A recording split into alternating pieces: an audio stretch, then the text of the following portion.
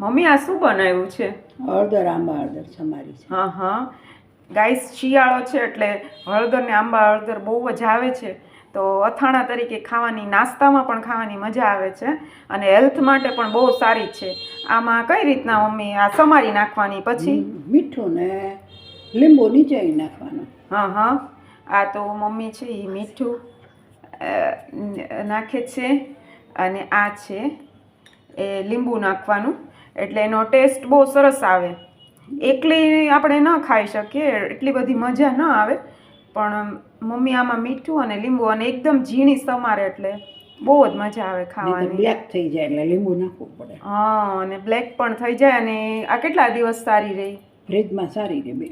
બહુ સરસ રહે. અને મારા મામા માસી તે બહુ જ તે હળદર ને આંબા હળદરનું તો બહુ જ ઈ લોકોને ખાવાનું સમારી જ રાખે અથાણામાં, સવાર સાંજ બપોર નાસ્તામાં ખાય ને અમાર લોકોને પણ છે. તો તમે પણ ગાઈસ ટ્રાય કરજો.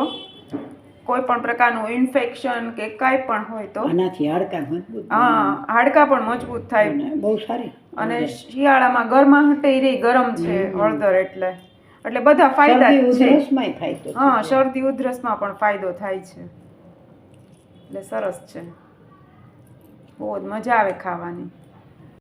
આવી રીતના ગાઈસ મિક્સ કરી લેવાનું અને તમે ફ્રીજમાં રાખી શકો ને. હા, ફ્રીજમાં રાખવાની એટલે બગડે નહીં, અઠવાડિયા સુધી સારી રહે.